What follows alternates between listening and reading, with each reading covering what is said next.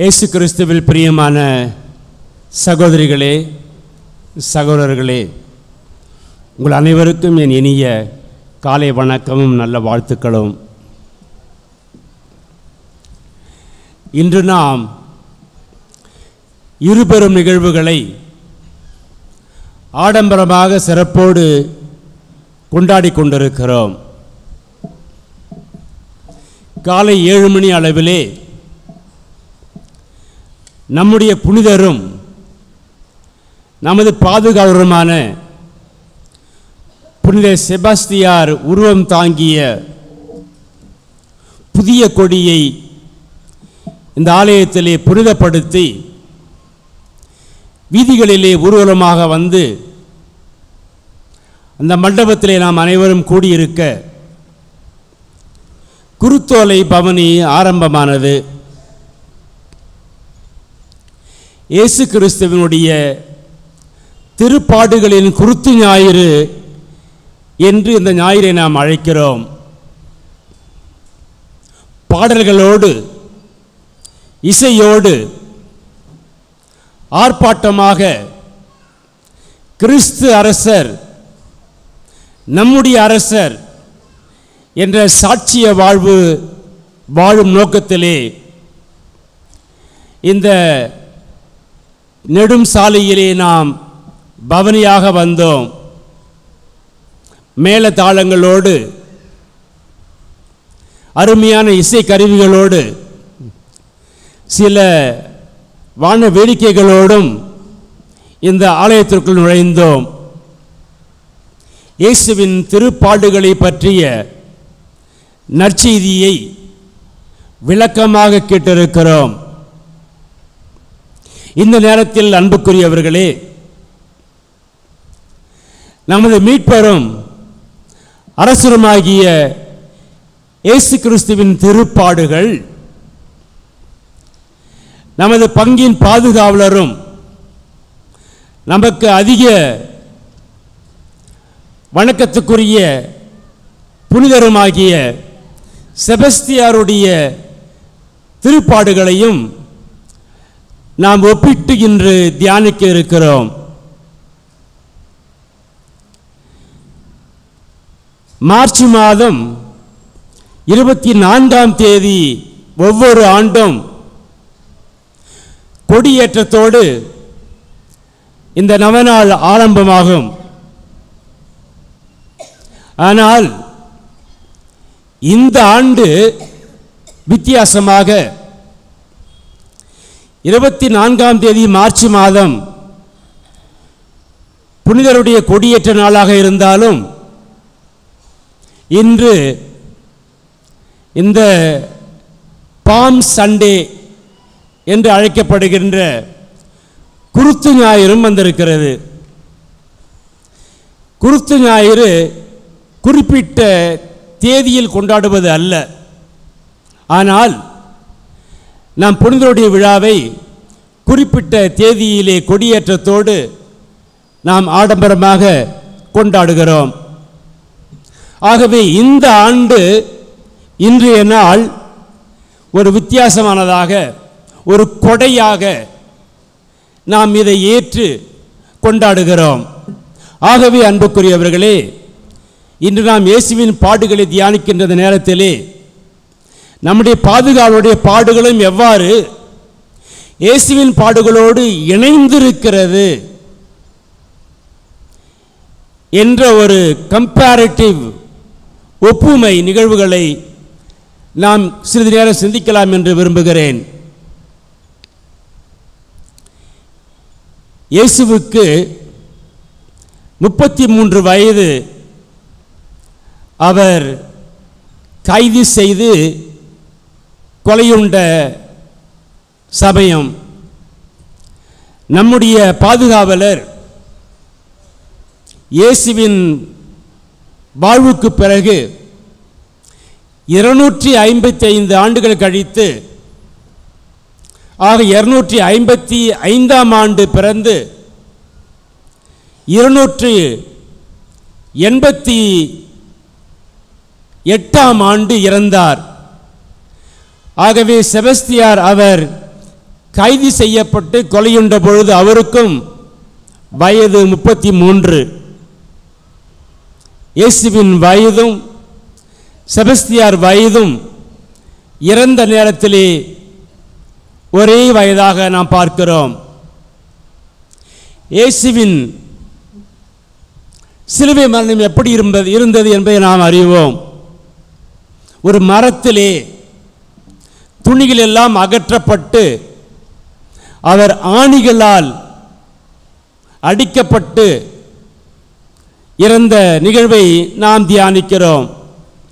நம்முடைய புனிதரும் மரத்திலே கட்டப்பட்டு ஆணிகளுக்கு பதிலாக அம்புகளால் அவர் உடல் முழுவதும் குத்தப்பட்டு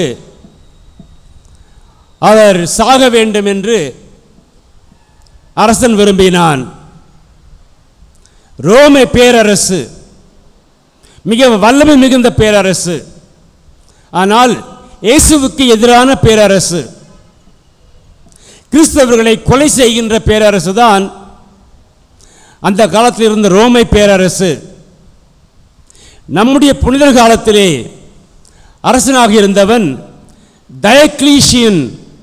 டயக்லீஷியன் என்ற அரசன், ரோமை பேரரசனுடைய அரசன். அவனுடைய அரச படையிலே நம்முடைய புனிதர் செபஸ்தியார் ஒரு போர் வீரனாக இருந்தவர். பிரான்ஸ் நாட்டிலே பிறந்தவரானாலும் ரோமை பேரரசிலே இத்தாலியிலே இவர் வாழ்ந்தவர். கிறிஸ்தவர்களுக்கு எதிரான அரசு என்பதனால் பகிரங்கமாக வெளிப்படையாக நான் கிறிஸ்தவன் என்ற ஒரு சாட்சிய வாழ்வு வாழ முடியாது.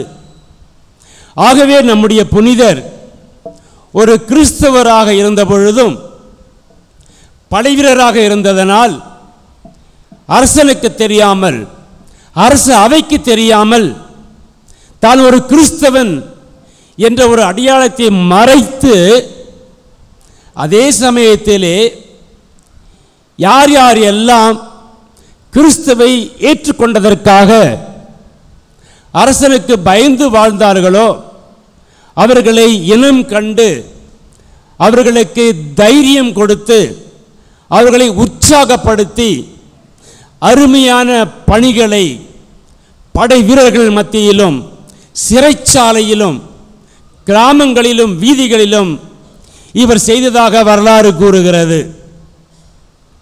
இவ்வாறு இவர் செயல்படுகின்ற பொழுது ஒரு சிலர் இவர் ஒரு கிறிஸ்தவர் என்பதை தெரிந்து கொண்டு அரசனிடத்திலே போய் போட்டுக் கொடுக்கிறார்கள். முதலிலே அரசன் நம்பவில்லை. ஏனென்றால் இந்த டயக்லீஷியன் என்ற அரசன் இந்த செபஸ்தியார் மீது அவ்வளவு ஒரு பாசம் வைத்திருந்தான். இவர் ஒரு நல்ல படைவீரர், நல்ல மனிதன் என்ற ஒரு எண்ணம் கொண்டிருந்தான். என்னிடம் இவன் பொய் சொல்லி மறைத்திருப்பானா என்ற எண்ணத்தில் ஏற்றுக்கொள்ளவில்லை. ஆனால் உண்மை தெரிய வரவே அதே அரசன் கோபம் கொள்ளுகிறான், வெறி ஆட்டம் ஆடுகிறான், செபஸ்தியாரை அழைத்து வர சொல்லுகிறான். செபஸ்தியார் வந்து நிற்கிறார். இத்தனை ஆண்டுகளாக இந்த அரசனுடைய படையில் ஒருவனாக இருந்தவன், வீரனாக இருந்தவன் இன்று அவருக்கு முன்பாக நிற்கிறான்.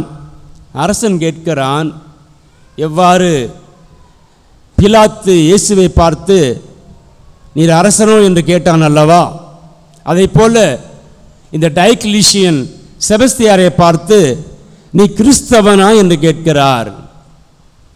அவர் தைரியமாக நான் கிறிஸ்தவன், நான் கிறிஸ்துதான் என்னுடைய சக்தி, கிறிஸ்துதான் என்னுடைய அரசர், நீர் என்னுடைய அரசர் அல்ல என்று வெளிப்படையாக சொல்லுகிறார். அரசன் இன்னும் கோபம் கொள்ளுகிறான். ஆகவே போர் வீரர்களை அழைத்து இவரை எந்த அளவுக்கு சித்திரவதை செய்ய முடியுமோ அந்த அளவுக்கு சித்திரவதை செய்யுங்கள் என்று சொல்லுகிறான். திரும்பவும் கேட்கிறான், உனக்கு ஒரு வாய்ப்பு கொடுக்கிறேன், நீ கிறிஸ்துவை மறுதலித்தால் எங்களோடு இருக்கலாம், இல்லை என்றால் உன்னுடைய வாழ்வு இதோடு முடிவடைந்து விடும் என்று சொல்லுகிறான். கிறிஸ்துவுக்காக வாழ்கின்ற நான் கிறிஸ்துவுக்காக உயிர் துறக்கவும் தயாராக இருக்கிறேன், நீங்கள் என்ன வேண்டுமானாலும் செய்து கொள்ளுங்கள் என்று தைரியமாக சொல்லுகிறான். ஆகவே படை வீரர்கள் அழைத்து செல்கிறார்கள்.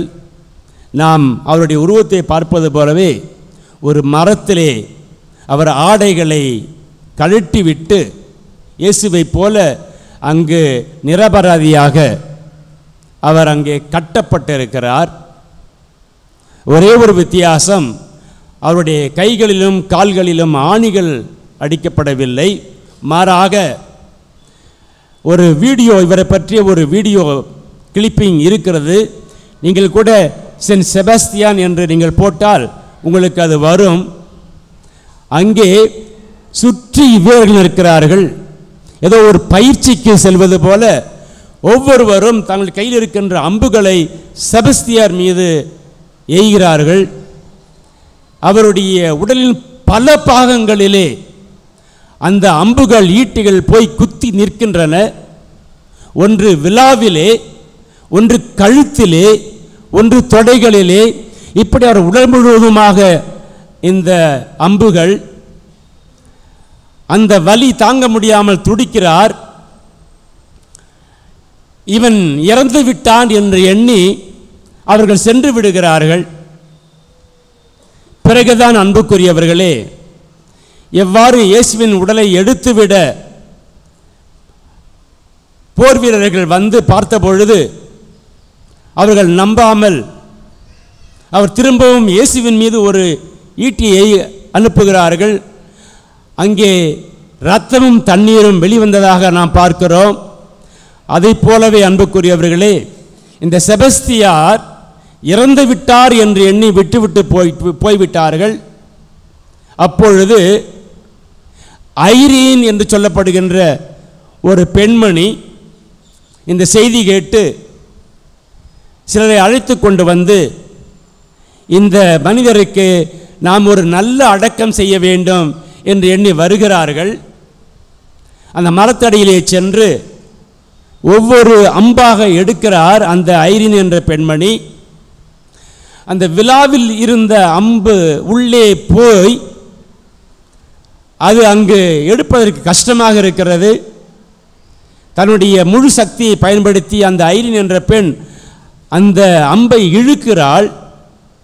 அப்பொழுது ஐயோ அம்மா என்று வலி தாங்க முடியாமல் செபஸ்தியார் நினைவு வந்தவராக சத்தம் போடுகிறார். அப்பொழுதுதான் அவர்களுக்கு தெரிகிறது இவர் இன்னும் சாகவில்லை என்று.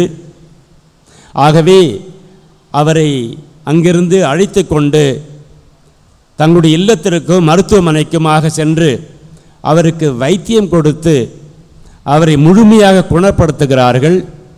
அவர் இன்னும் சாகவில்லை. தான் முழுமையாக குணமடைந்த பிறகு இதே செபஸ்தியார் தன்னை சாவுக்கு கையளித்த அரசனிடம் சென்று, அரசனே, நீ எங்கள் மக்களை கொடுமை செய்கிறீர்கள்,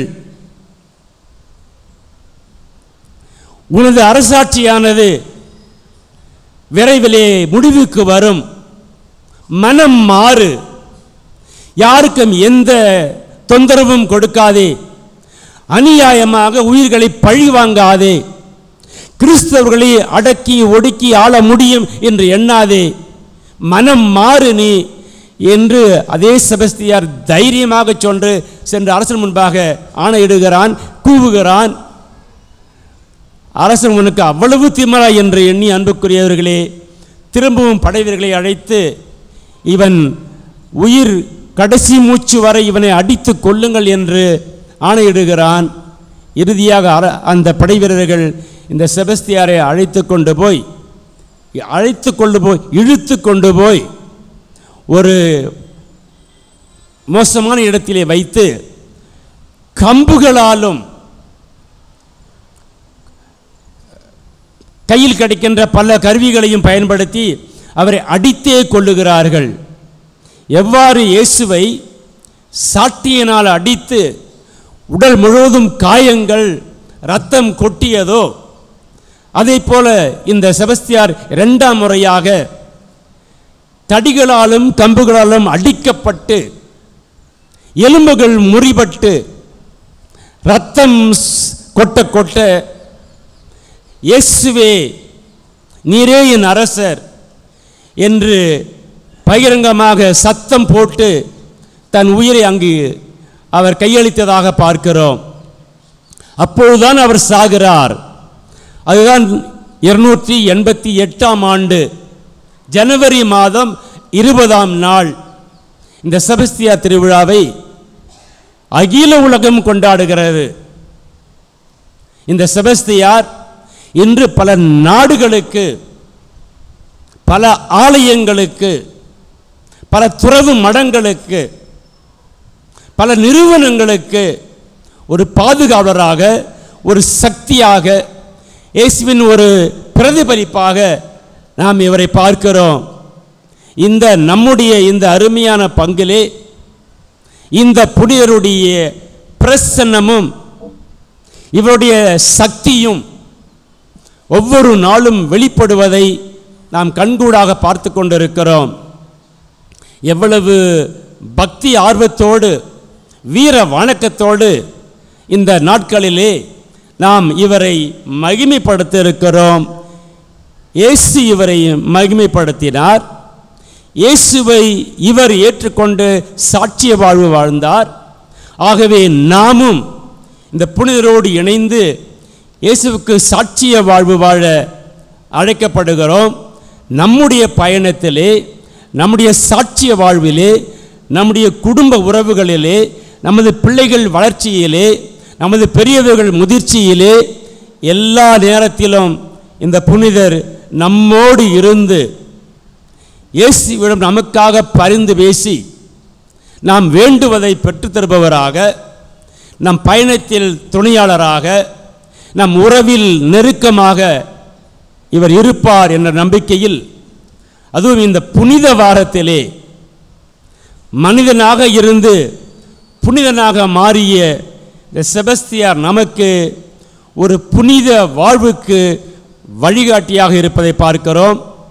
இந்த புனித வாரத்தில் வருகின்ற சில நாட்களிலும், இயேசுவின் உயிர்ப்புக்கு பிறகு வருகின்ற அந்த 3 நாட்களிலும் நாம் இன்னும் ஆடம்பரமாக இந்த புனிதரை பெருமைப்படுத்த இருக்கிறோம். நம்முடைய செயல்பாடுகள் எல்லாம் வல்ல இறைவனுக்கு ஏற்புடையதாக இருக்க வேண்டுவோம். இந்த நாட்கள் உங்களுக்கு ஒரு வரப்பிரசாத நாட்களாக அமைய, கிறிஸ்து உயிர்ப்பு உங்கள் ஒவ்வொருவரையும் தன்னுடைய சக்தியிலே ஏற்றுக்கொள்ள, அதன் பிறகு கொண்டாடுகின்ற இந்த புனிதருடைய விழா, ஆடம்பரமான விழா உங்கள் ஆன்ம சக்தியாக மாறுவதற்கு என்னுடைய வாழ்த்துக்களை தெரிவித்து வாய்ப்புக்கு நன்றி செலுத்துகிறேன். நன்றி.